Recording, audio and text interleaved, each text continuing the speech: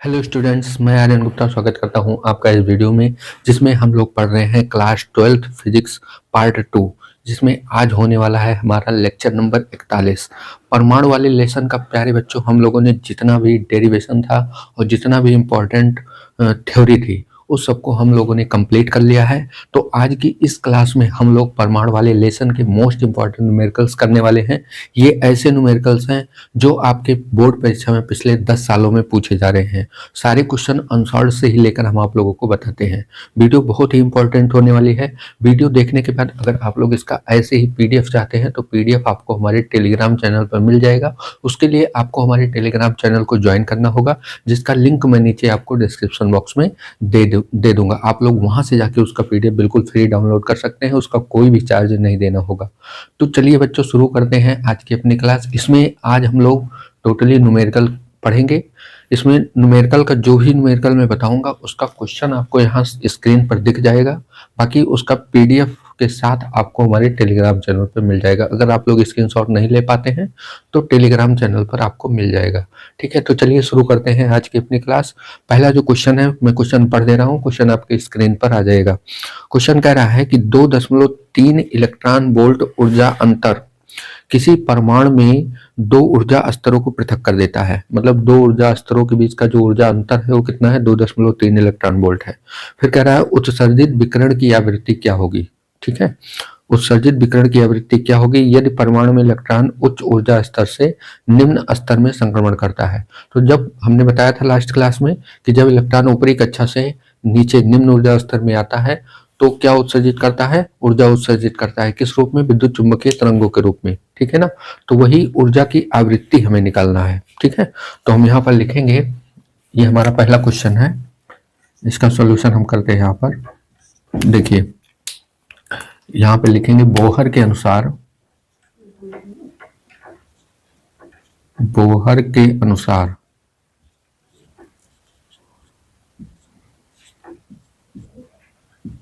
Bohr के अनुसार Bohr ने क्या बताया था? बोहर के अनुसार इन्होंने बताया जब कोई इलेक्ट्रॉन ऊपर से नीचे आता है तो जो ऊर्जा उत्सर्जित करता है वो ऊर्जा एक फोटॉन की ऊर्जा के बराबर होती है। और एक फोटॉन की ऊर्जा कितने के बराबर होती है? एच न्यू के बराबर होती है। ठीक है, उसके बाद नील्स बोहर ने यह भी बताया था कि जब इलेक्ट्रॉन ऊंची ऊर्जा से नीचे ऊर्जा में आता है तो जहां पर आता है वो उसकी फाइनल कक्षा होती है, यानी अंतिम कक्षा होती है, और जहां से आता है वो उसकी प्रारंभिक कक्षा होती है। तो यहाँ पर क्या हो जाएगा? प्रारंभिक कक्षा में ऊर्जा और माइनस अंतिम कक्षा की ऊर्जा। ठीक है, वैसे भी देखिए अगर इलेक्ट्रॉन ऊंचे ऊर्जा स्तर में गया है तो जाहिर सी बात है उसका वहां पे एनर्जी क्या होगी? ज्यादा होगी। नीचे वाले स्तर में एनर्जी क्या होगी? कम होगी। तो अगर हमें ऊर्जा देखनी है कि कितनी एनर्जी लेके गया था तो क्या करेंगे? ऊपर वाली में से नीचे वाली को हम क्या कर देते हैं? माइनस कर देते हैं। ठीक है, तो अब आते समय चूंकि यहाँ पर उस इलेक्ट्रॉन ऊंचे ऊर्जा स्तर से नीचे ऊर्जा स्तर में आ रहा है तो आते समय इलेक्ट्रॉन अपनी उसी ऊर्जा को क्या कर देता है? बाहर कर देता है। तो वो उसकी क्या हो जाएगी? प्रारंभिक स्थिति हो जाएगी जहां पर था, और उसके बाद जहां पर आ रहा है वो उसकी क्या हो जाएगी? फाइनल स्टेट हो जाएगी। ठीक है, तो फाइनल स्टेट में एनर्जी कम है और इनिशियल स्टेट में एनर्जी क्या है? ज्यादा है। ठीक है, प्रारंभिक ऊर्जा स्तर में एनर्जी ज्यादा है और अंतिम ऊर्जा स्तर में एनर्जी क्या है? कम है। ठीक है, तो एच न्यू बराबर हो जाएगा ई इनिशियल माइनस ई फाइनल। अब ये आपको दे रहा है, ये ऊर्जा अंतर आपको दे रहा है, कितना दे रहा है? 2.3 इलेक्ट्रॉन वोल्ट दे रहा है। तो हम आगे करेंगे, इसके यहाँ पर लिखेंगे एच न्यू बराबर, ये हमें दे रहा है 2.3 इलेक्ट्रॉन वोल्ट। ऊर्जा अंतर जो दे रहा है 2.3 इलेक्ट्रॉन वोल्ट दे रहा है। अब हमें न्यू का मान निकालना है, तो न्यू बराबर हम लिखेंगे 2.3 गुणे इलेक्ट्रॉन का आवेश रख दीजिए 1.6 गुणे 10 की घात माइनस 19 बटे न्यू। न्यू इधर रख दीजिए, सॉरी ये एच रहेगा यहाँ पर ये एच आएगा। ठीक है, अब न्यू का मान तो हमें निकालना है, तो न्यू बराबर हो जाएगा, इसका गुणा कराएंगे 16 3 48 और 16 दूना 32 4 36। ठीक है, 2 अंक बाद दशमलव लग जाएगा, उसके बाद 10 की घात माइनस 19। फिर यहाँ पर एच का मान रखेंगे 6.6 गुणे 10 की घात माइनस 34। ठीक, अब ऊपर 2 अंक है, यहाँ पर 1 अंक है, 1 अंक यहाँ बढ़ा लेंगे, दशमलव दशमलव इसको क्या कर देंगे, डिवाइड कर देंगे। अब 660 से 368 को हम डिवाइड करेंगे तो कितना आएगा, 0.557 आएगा। ठीक है, तो इसको लिखेंगे न्यू बराबर 0.557। इसको यहाँ से इसको डिवाइड करने पे इतना आएगा। आप लोग चाहे तो डिवाइड कर सकते हैं इसको। अब ये जब ऊपर जाएगा तो 34 प्लस हो जाएगा, इसको मैं ऐसे लिख दे 10 की घात -19 और गुणे 10 की घात 34। ठीक, अब 34 में से 19 जाएगा तो न्यू बराबर हमें मिलेगा 0.557 इंटू 10 की घात 15। ठीक, 34 में से 19 जाएगा तो 15 आएगा। अब यहाँ से हम न्यू का मान निकालते हैं, तो इधर लिख देते हैं न्यू बराबर कितना हो जाएगा, 1 अंक दशमलव इधर जाएगा तो ये हो जाएगा 5.57 गुणे, बाएं से दाएं गए हैं तो एक माइनस होना चाहिए। ठीक है, -1 इसमें जुड़ जाएगा तो 15 में से 1 कितना हो जाएगा, 14 हो जाएगा। तो 10 की घात 14 हर्ट्ज, यही क्या हो जाएगा, इसका आंसर हो जाएगा। यानी जब परमाणु ऊंचे ऊर्जा स्तर से नीचे ऊर्जा स्तर में आएगा तो जो वैद्युत चुंबकीय तरंगों को उत्सर्जित कर रहा है उन तरंगों की आवृत्ति जो होगी वो कितना होगी, 5.57 गुणे 10 की घात 14 हर्ट्ज। ठीक है ना, बहुत ही आसान क्वेश्चन है। ठीक है, आप लोग इसका स्क्रीनशॉट लीजिए, फिर अगला क्वेश्चन देखते हैं हम लोग। चलिए देखते हैं दूसरा क्वेश्चन आपके स्क्रीन पर आएगा, मैं एक बार पढ़ दे रहा हूं। क्वेश्चन कह रहा है कि हाइड्रोजन परमाणु में अंतरतम इलेक्ट्रॉन कक्षा की त्रिज्या, अंतरतम मतलब होता है सबसे नीचे वाली, तो सबसे नीचे वाली कौन सी कक्षा होती है, पहली कक्षा होती है। पहली कक्षा की त्रिज्या जो है वो दिया है आपको 5.3 इंटू 10⁻11 मीटर। ठीक है, ये पहली कक्षा की त्रिज्या दी है। तो कक्षा n बराबर 2 और n बराबर 3 की त्रिज्या ज्ञात कीजिए। ठीक है, तो हमने आपको लास्ट क्लास में मतलब फार्मूला बताया था एक, ये क्वेश्चन नंबर दूसरा है। हमने आपको एक फार्मूला बताया था हाइड्रोजन परमाणु की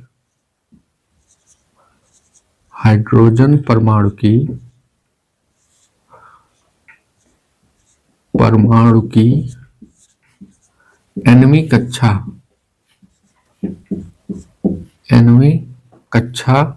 की त्रिज्या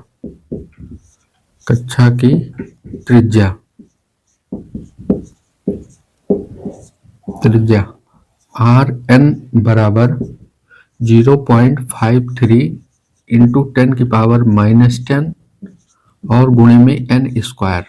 ठीक है, जहां ये क्या होती है 0.53 इंटू 10⁻10 पहली कक्षा की त्रिज्या होती है। ठीक है, ये पहली कक्षा की त्रिज्या होती है और क्वेश्चन में भी यही दिया है, पहली कक्षा की त्रिज्या 5.3 इंटू 10⁻11 मीटर है।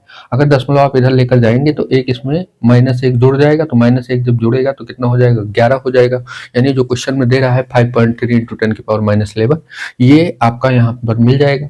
उसके बाद इंटू n स्क्वायर, n क्या है, कक्षाओं की संख्या है, यानी जिस कक्षा की त्रिज्या आपको निकालनी है n का मान यहाँ बदल कर हम कक्षा की त्रिज्या निकाल सकते हैं। ठीक है, तो हम पहले निकालते हैं n बराबर 1 पर। अतः पहली कक्षा की त्रिज्या पूछ रहा है, किसकी, दूसरी और तीसरी की पूछ रहा है, तो अतः n बराबर 2 पर। अगर यहाँ पहली की निकालना चाहे तो n बराबर 1 रखेंगे तो यही आ जाएगा, तो पहली कक्षा की त्रिज्या यही आपको दे रहा है। n बराबर 2 पर देखेंगे हम लोग, तो n बराबर 2 पर R2 बराबर क्या हो जाएगा, R2 बराबर 0.53 इंटू 10⁻10 और इंटू 2 का स्क्वायर। ठीक, अब R2 बराबर हमें मिलेगा 0.53 इंटू 10⁻10 और 2 का 2 बार मल्टीप्लाई कराएंगे तो 4 आ जाएगा। यहाँ पर इसका गुणा करा लेंगे तो R2 बराबर हो जाएगा 4×3=12 और 4×5 20 21, 2 अंक बाद दशमलव गुणे 10 की घात -10 मीटर। ये हो जाएगी दूसरी कक्षा की त्रिज्या। ठीक है, एक आंसर तो यहाँ पर हो गया हमारा। ठीक, अब हम देखते हैं n बराबर 3 पर, दूसरी और तीसरी कह रहा है, तो n बराबर 3 पर कक्षा की त्रिज्या क्या हो गई, तो हम इसी फार्मूले में n की जगह क्या रखेंगे, 3 रखेंगे। ठीक है, तो ये हो जाएगा R3 बराबर 0.53 इंटू 10⁻10 और गुणे में 3 का स्क्वायर। अब R3 बराबर हमें मिलेगा 0.53 इंटू 10⁻⁻10 और गुणे 3 त्रिका 9, 9 से इसका मल्टीप्लाई करेंगे तो ये हो जाएगा 9 त्रिक 27 और 9 पचे 45, 2 47, 2 अंक बाद दशमलव लग जाएगा, गुणे 10⁻−10 मीटर। ये हो जाएगी उसकी तीसरी कक्षा की त्रिज्या 4.77 गुणे 10⁻−10 मीटर। ठीक है ना, ये हो जाएगी दूसरी कक्षा की त्रिज्या, ये हो जाएगी तीसरी कक्षा की त्रिज्या। कई बार एग्जाम में ये क्वेश्चन पूछा गया है, ऑब्जेक्टिव में भी इस टाइप के क्वेश्चन आपके आते हैं, तो आप ये फॉर्मूला लगा के चाहे जिस कक्षा की त्रिज्या निकालनी है आप लोग निकाल सकते हैं। ठीक है ना, समझ में आया होगा आप लोगों को। स्क्रीनशॉट लीजिए, फिर अगला क्वेश्चन देखते हैं। चलिए देखते हैं अगला क्वेश्चन। क्वेश्चन आपके स्क्रीन पर आ जाएगा। क्वेश्चन कह रहा है कि निम्नतम अवस्था में विद्यमान एक हाइड्रोजन परमाणु, ठीक है, निम्नतम अवस्था मतलब नीचे, ठीक है, एक हाइड्रोजन परमाणु एक फोटॉन को अवशोषित करता है, अपनी एक ऊर्जा को बाहर कर देता है, सॉरी अवशोषित करने का मतलब है एक फोटॉन को अपने अंदर एब्जॉर्ब करता है, ठीक है, अवशोषित करता है, जो इसे n बराबर 4 स्तर तक उत्तेजित करता है। ठीक है, लास्ट क्लास में हमने आपको बताया था कि जब इलेक्ट्रॉन पहली कक्षा में होता है तो वो बाहर से ऊर्जा लेकर पहली कक्षा से उच्च ऊर्जा वाले स्तर में चला जाता है। तो सेम कंडीशन यहाँ हो रही है कि अवशोषित करता है जो इसे n बराबर 4 स्तर तक ले जाता है, यानी पहली से चौथी तक जाता है। तो फोटॉन की तरंग दैर्घ्य व आवृत्ति ज्ञात कीजिए। ठीक है, तो मतलब जो है क्या निकालना, हमें तरंग दैर्घ्य और आवृत्ति निकालना है। तो पहले हम ये निकाल लेते हैं कि कितनी ऊर्जा लेके वो जा रहा है। ठीक है, कितनी ऊर्जा लेके वो जा रहा है, पहली कक्षा से चौथी कक्षा में जा रहा है, कितनी ऊर्जा लेके जा रहा है। तो इसके लिए पहले हमें कक्षाओं की ऊर्जा पता होनी चाहिए, तो हम यहाँ पर निकालेंगे। ये है हमारा तीसरा क्वेश्चन, क्वेश्चन नंबर 3। इसका सॉल्यूशन हम कर रहे हैं। यहाँ पर लिखेंगे बोहर के अनुसार, बोहर के अनुसार nवीं कक्षा की ऊर्जा, अनुसार nवीं कक्षा की ऊर्जा, nवीं कक्षा की ऊर्जा क्या होती है, En बराबर फॉर्मूला होता है -RHC/n², या इसकी वैल्यू हम लोगों ने निकाल रखी थी कितना, -13.6/n²। ठीक है, ये इतना होता है। अब इसके बाद जो है पहली से चौथी में जा रहा है, अतः E1 पहले निकालेंगे। पहली कक्षा की ऊर्जा E1 बराबर -13.6/1², इतना इलेक्ट्रॉन वोल्ट होता है। तो इतना इलेक्ट्रॉन वोल्ट बराबर में आएगा -13.6 इलेक्ट्रॉन वोल्ट। ठीक है, क्योंकि एक से भाग लगाएंगे तो यही आ जाएगा। तथा कहाँ जा रहा है, E4 चौथी ऊर्जा स्तर में, तो E4 बराबर हो जाएगा -13.6/4 4²। ठीक, इलेक्ट्रॉन वोल्ट, या इसको लिखें -13.6/16। अब इसको 16 से डिवाइड करेंगे तो 16 8 128 और 8 बचेगा, 16 पंचे 80, यानी हो जाएगा -0.85 इलेक्ट्रॉन वोल्ट। ठीक है, यानी पहली कक्षा की ऊर्जा इतनी है और चौथी कक्षा की ऊर्जा इतनी है। अब इलेक्ट्रॉन जा रहा है, यहाँ पर लिखेंगे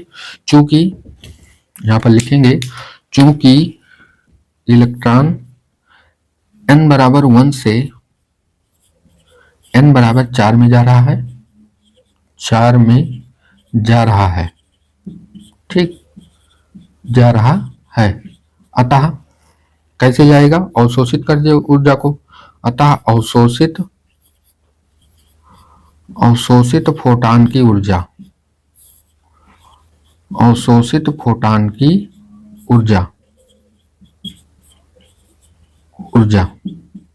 ठीक, h न्यू बराबर, अब जहां पर इलेक्ट्रॉन जाता है वो फाइनल होता है और जहां से जाता है वो इनिशियल होता है। तो चौथी में जा रहा है और पहली से जा रहा है, तो पहली क्या हो गई, प्रारंभिक हो गई, और चौथी क्या हो गई, अंतिम हो गई। अब चौथी में ऊर्जा ज्यादा होगी और नीचे वाले मतलब पहली में ऊर्जा क्या होगी, कम होगी, तो ज्यादा वाले में से कम वाले को हम माइनस कर देंगे, तो यहाँ पे हो जाएगा ई फाइनल माइनस ई इनिशियल, ई फाइनल माइनस ई इनिशियल। ठीक, फाइनल कौन सा होगा, चौथी होगी, तो इसको हम लिखेंगे h न्यू बराबर E4 इसकी जगह चौथी आएगी। इनिशियल कौन सा होगा, पहली होगी, तो इसके आगे क्या आएगा, E1 आएगा। ठीक है, अब यहाँ पर हम क्या करते हैं, इसका मान रखते हैं। ठीक है, जो जो मान यहाँ हमने निकाला है इसका मान रख के हम यहाँ से आवृत्ति निकाल लेंगे और क्या निकाल लेंगे, तरंग दैर्ध्य निकाल लेंगे। क्या क्या पूछ रहा है, तरंग दैर्ध्य व आवृत्ति पूछ रहा है। ठीक, तो एक लाइन यहाँ पर खींच के हम आगे करते हैं। देखिए, इसको यहाँ पर एक लाइन डाल देते हैं। अब एच न्यू E4 की एनर्जी यहाँ पर है 0.85 इलेक्ट्रॉन वोल्ट और E1 की एनर्जी ये है -13.6 इलेक्ट्रॉन वोल्ट। बीच में क्या लगा है, माइनस लगा है, तो लिखेंगे एच न्यू बराबर E4 की वैल्यू है माइनस, इसको यहाँ ब्रैकेट लगा लीजिए, -0.85 और फिर माइनस फार्मूला वाला, और इसकी वैल्यू कितना है -13.6, ब्रैकेट बंद कर दीजिए पूरा, यहाँ पर लिख दीजिए इलेक्ट्रॉन वोल्ट। ठीक है, अब यहाँ से न्यू बराबर हमें क्या निकालना है, न्यू निकालना है, तो पहले इसको सॉल्व कर लेते हैं। एच न्यू बराबर हो जाएगा -0.85 और माइनस माइनस प्लस 13.6। ठीक है, एच न्यू बराबर हो जाएगा, इसको घटाएंगे तो ये आएगा 10 में से 5 गया 5, फिर यहाँ 5 बचा, 15 में से 8 गया 7 और यहाँ 2 बच गया, यानी 12 आ जाएगा। 12.75 इलेक्ट्रॉन वोल्ट, वो भी किस में आएगा, प्लस में, ये संख्या ज्यादा है। ठीक है, ये इतनी क्या हो जाएगी, इसकी ऊर्जा हो जाएगी। अब यहाँ से आवृत्ति हम निकाल लेते हैं, तो अतः आवृत्ति या हम पहले तरंग दैर्ध्य निकाल लेते हैं। ठीक है, क्या निकाल लेते हैं, तरंग दैर्ध्य। हम जानते हैं न्यू बराबर क्या होता है, सी बाई लैम्डा होता है। न्यू बराबर क्या होता है, सी बाई लैम्डा होता है, तो यहाँ पर रखेंगे H C by lambda, H C by lambda. Nu की जगह हमने क्या रख दिया, सी बाई लैम्डा। अब यहाँ से 12.75 इलेक्ट्रॉन वोल्ट है, इलेक्ट्रॉन को हम आवेश रख देते हैं 1.6 गुणे 10 की घात -19। ठीक है, अब हम लैम्डा को इधर रख देंगे, ये इसके नीचे आ जाएगा, तो लैम्डा बराबर हो जाएगा एच सी बाई 12.75 गुणे 1.6 गुणे 10 की घात -19। ठीक है, एच और सी का मान रखेंगे। एच का मान होता है 6.6 गुणे 10 की घात -34 और सी का मान होता है 3 गुणे 10 की घात 8 मीटर पर सेकंड। प्रकाश की चाल है, ये है प्लांक नियतांक। ठीक है, अब जो है इसको रख लेते हैं 12.75 गुणे 1.6 गुणे 10 की घात -19। ठीक है, अब थोड़ा इसको आप लोग सॉल्व कीजिए, ये जीरो यहाँ बढ़ेगा, ये दशमलव से ये दशमलव उड़ जाएगा, और यहाँ पर हम क्या करते हैं, दशमलव हटाते हैं तो 30 हो जाएगा। ये 3 था, दशमलव हटाएंगे तो एक जीरो ऊपर बढ़ जाएगा। अब इसको थोड़ा सॉल्व करेंगे, सॉल्व करने पर इसको आप गुणा करा लीजिएगा और ऊपर वाला गुणा करा लीजिएगा, फिर नीचे वाले से ऊपर वाले को डिवाइड करेंगे, तो डिवाइड करेंगे तो ये आएगा 0.9705 आएगा। तो लैम्डा बराबर 0.9705। ठीक, इतना आएगा। इसको हम ऊपर लेके जाएंगे तो प्लस हो जाएगा 19 8 27 हो जाएगा, और 34 में से 27 घटाएंगे तो -7 आ जाएगा। ठीक, 3 अंक दशमलव इधर चले जाते हैं, तो ये हो जाएगा 970.5 गुणे 10 की घात -10 मीटर में। ठीक, या इसी को हम लिख सकते हैं लैम्डा बराबर लगभग में ये 970 एंगस्ट्रॉम आप लिख सकते हैं इसे। ठीक है, ये हो जाएगी उसकी तरंग दैर्ध्य। ठीक है ना, यहाँ पर इसकी क्या हो जाएगी, तरंग दैर्ध्य हो जाएगी। अब हम निकालते हैं इसकी आवृत्ति। ठीक है, आवृत्ति निकालने के लिए तो जगह ही नहीं बची है, लेकिन फिर भी यहाँ पर देखिए हम निकाल लेते हैं, एक लाइन यहाँ पर डालते हैं और यहाँ पर हम आवृत्ति निकाल देते हैं। तो हम जानते हैं, चूंकि अब यहाँ लिखेंगे, अब चूंकि हम जानते हैं न्यू बराबर आवृत्ति बराबर होता है सी बाई लैम्डा। ठीक, न्यू बराबर क्या होता है, सी बाई लैम्डा। तो लैम्डा का मान तो हमें मिल गया है। ठीक है, तो सी का मान हम जानते हैं, तो न्यू बराबर हो जाएगा सी का मान 3 गुणे 10 की घात 8 और लैम्डा का मान कितना है 970 गुणे 10 की घात -10। ठीक, अब 970 से हम 3 को क्या करेंगे, डिवाइड करेंगे, तो ये आएगा 0.00309। ठीक है, न्यू बराबर आएगा 0.00309 और ये ऊपर चला जाएगा तो प्लस हो जाएगा 10 की घात 18 हो जाएगा। ठीक, अब न्यू बराबर 1 2 3 अंक दशमलव जाएंगे तो 3.09 और इंटू 10 की पावर 15 हो जाएगा। 3 अंक का दशमलव है, 3 क्या हो जाएगा, माइनस हो जाएगा, ये इतना आ जाएगा 3.09 गुणे 10 की घात 15 और आवृत्ति का मात्रक लिख देंगे हर्ट्ज। ठीक, यही इसका क्या हो जाएगा, आंसर हो जाएगा। क्वेश्चन थोड़ा सा बड़ा है बच्चों, बाकी आसान है, केवल फॉर्मूला लगा है और कैलकुलेशन हुई है बस। ठीक है, आप लोगों को समझ में आया होगा। आप लोग इसका स्क्रीनशॉट लीजिए, फिर अगला क्वेश्चन देखते हैं।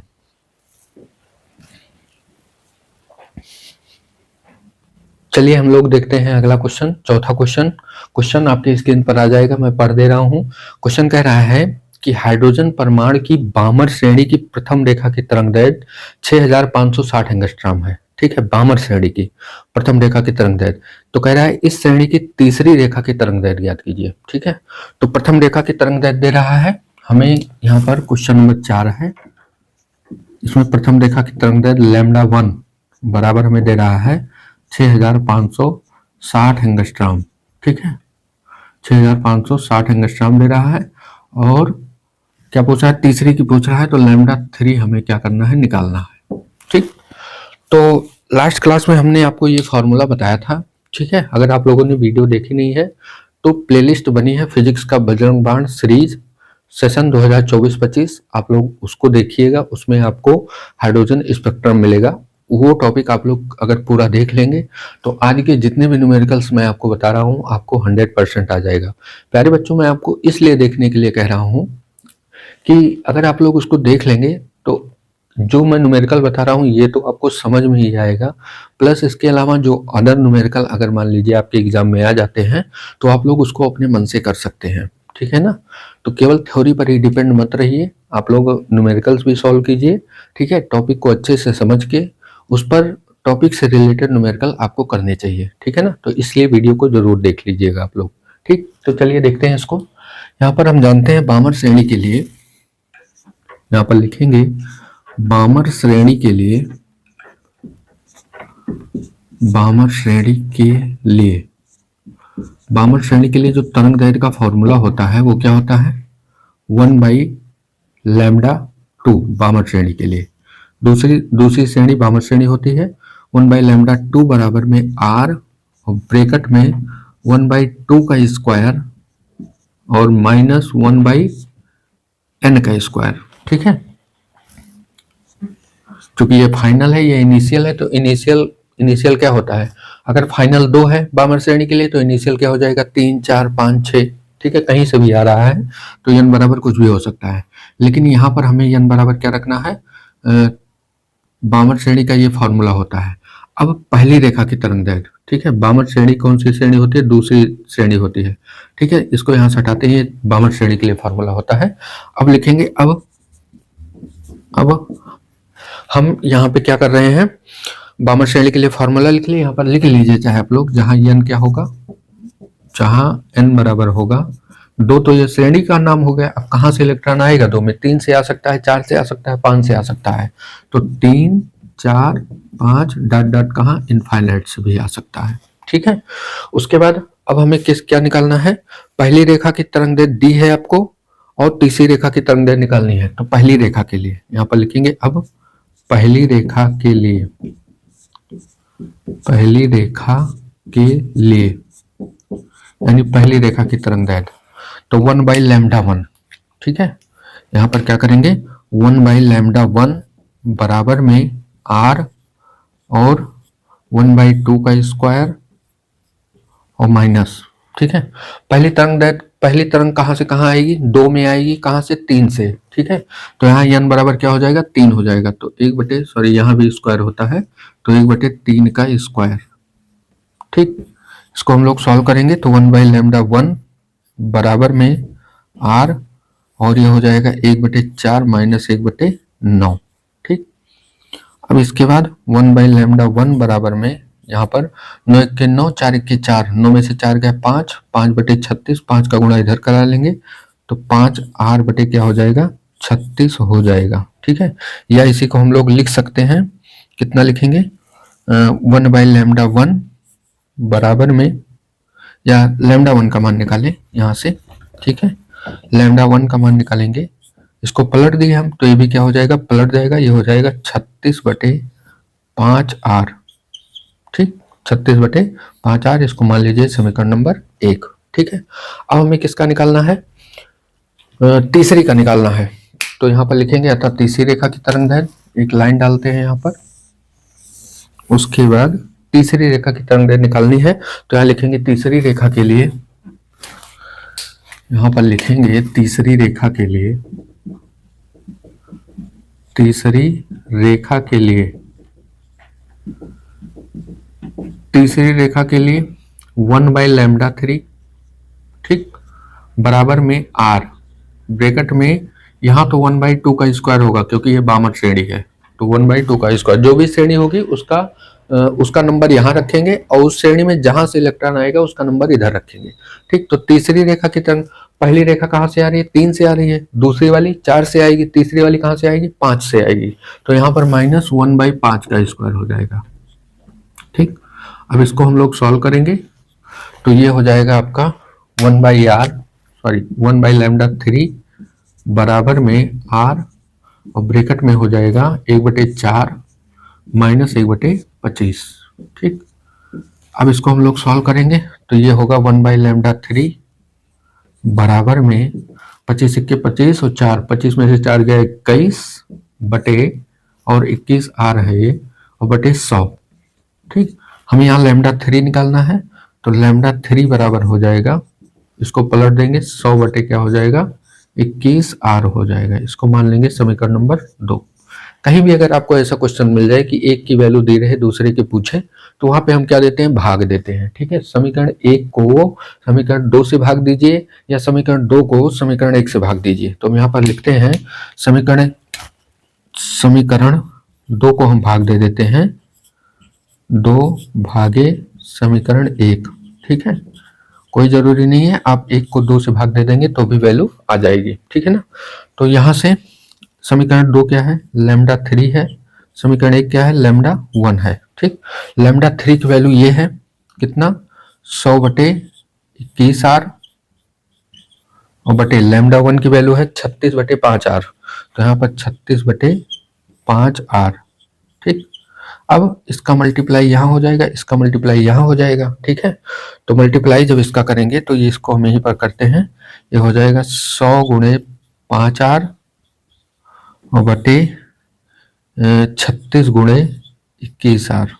ठीक, तो यहाँ से R से R क्या होगा? कैंसिल हो जाएगा। ठीक है, R से R कैंसिल हो जाएगा, 9 चौक 36 और 25 चौका 100। ठीक है, अब इसके बाद λ3 हमें निकालना है, λ1 को उधर भेज देंगे, तो हम यहाँ पर करते हैं एक लाइन डाल के।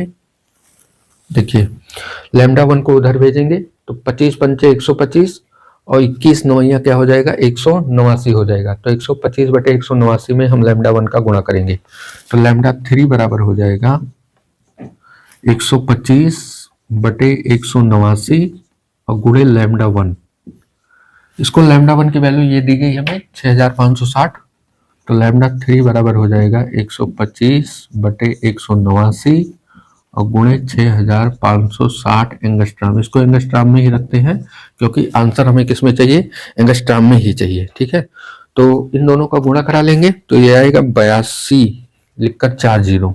ठीक है, λ3 बराबर ये आएगा 82 लिखकर 1 2 3 4 0 और नीचे क्या रहेगा? 189। ठीक, गुणा कर लीजिएगा आप लोग। ठीक है, हम कैलकुलेशन नहीं कर रहे हैं, आप लोग कर लीजिएगा। तो 82 लिखकर 40/189। अब 189 से इसको भाग लगाएंगे तो ये आएगा 4338। ठीक है, λ3 बराबर 4338.6 एंगस्ट्राम। ठीक, भाग लगाने पर, या आप इसको लिख सकते हैं, ये 5 से ज्यादा है, इसको हटा के एक इसमें जोड़ दीजिए तो 4339 एंगस्ट्राम हो जाएगा।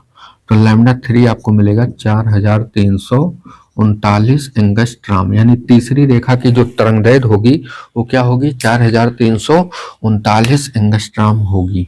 ठीक, और यहां से ये भी बात सिद्ध हो रही है, जो तरंगे, अब पहली तरंग क्या होगी? छोटी होगी तो इसकी तरंगदैर्घ्य बड़ी होगी, और तीसरी तरंग बड़ी होगी तो उसकी तरंगदैर्घ्य क्या होगी? छोटी होगी। ठीक है ना, तो समझ में आया होगा आप लोगों को।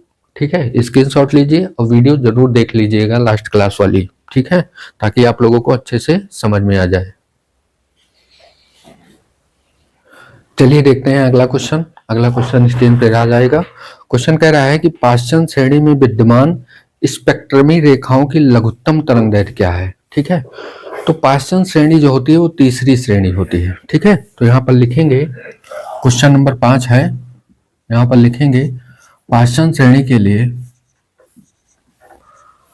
पाश्चन श्रेणी के लिए जैसे अभी हमने बामर श्रेणी के लिए तरंगदैर्घ्य का फार्मूला लिखा था वैसे पाश्चन श्रेणी के लिए लिखते हैं। ठीक है, तो पाश्चन श्रेणी के लिए क्या होगा, 1/λ बराबर में r, चूंकि पाश्चन तीसरी श्रेणी होती है तो 3 का स्क्वायर और -1/n का स्क्वायर। अब यहां पर n क्या है, जहां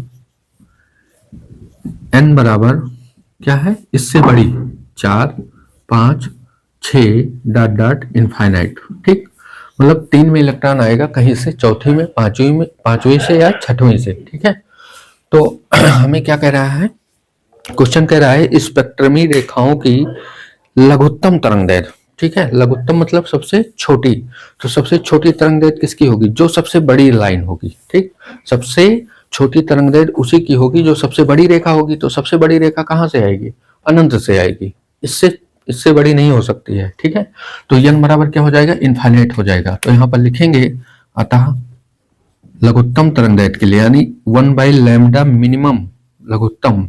ठीक है, मिनिमम का मतलब होता है निम्नतम यानी लघुत्तम। उसके बाद r का मान रखे, r भी ऐसे रख लीजिए, तो 1/3 का स्क्वायर और -1/इनफाइनाइट का स्क्वायर, क्योंकि सबसे बड़ी यही अनंत से आएगी। तो 1/λ मिनिमम बराबर में r और यहाँ 1/9 और ये क्या हो जाएगा, भाग लगाएंगे 0 हो जाएगा। ठीक है, तो 1/λ मिनिमम बराबर में r बटे कितना हो जाएगा, 9 हो जाएगा। ये तो घट के 1.9 आ जाएगा, सॉरी 1/9 आएगा और 1/9 का मल्टीप्लाई जब r के साथ करेंगे तो r/1 क्या हो जाएगा, 9 हो जाएगा। अब यहाँ से हम इसको पलट देते हैं तो लैम्डा मिनिमम जो मिलेगा वो क्या मिलेगा, 9/r। इसको हम ऐसे लिख सकते हैं कि लैम्डा मिनिमम बराबर में 9 गुणे 1/r। ठीक, अब 1/r का मान हमने आपको निकलवाया था, 1/r का मान कितना होता है, 912 एंगस्ट्रॉम। तो लैम्डा मिनिमम बराबर 9 गुणे 912 एंगस्ट्रॉम होता है 1/r का मान। ठीक है, तो आप लोग इसको याद कर लीजिए, 1/r का मान कितना होता है, 912 एंगस्ट्रॉम। अब इसका मल्टीप्लाई कराएंगे तो लैम्डा मिनिमम जो मिलेगा हमें 9 दूनी 18, 9 1 9 1 10 और 9 9 81 82, ये हो जाएगा 8208 एंगस्ट्रॉम। ठीक है, ये क्या हो जाएगा, इसका लघुत्तम तरंगदैर्घ्य हो जाएगी। ठीक है ना, समझ में आया होगा आप लोगों को। ठीक है, बहुत ही आसान क्वेश्चन है। ठीक है, इस टाइप के क्वेश्चन आपके ऑब्जेक्टिव में पूछे जाते हैं और 1 या 2 नंबर में, 3 नंबर में भी आते हैं। और जो बड़े क्वेश्चन होते हैं, जैसे इसके पहले वाला भी हमने बताया था, जो बड़े क्वेश्चन होते हैं वो आपके बड़े नंबर में भी पूछे जाते हैं एग्जाम में। ठीक है ना, तो आप लोग इसका स्क्रीनशॉट लीजिए, फिर देखते हैं आगे।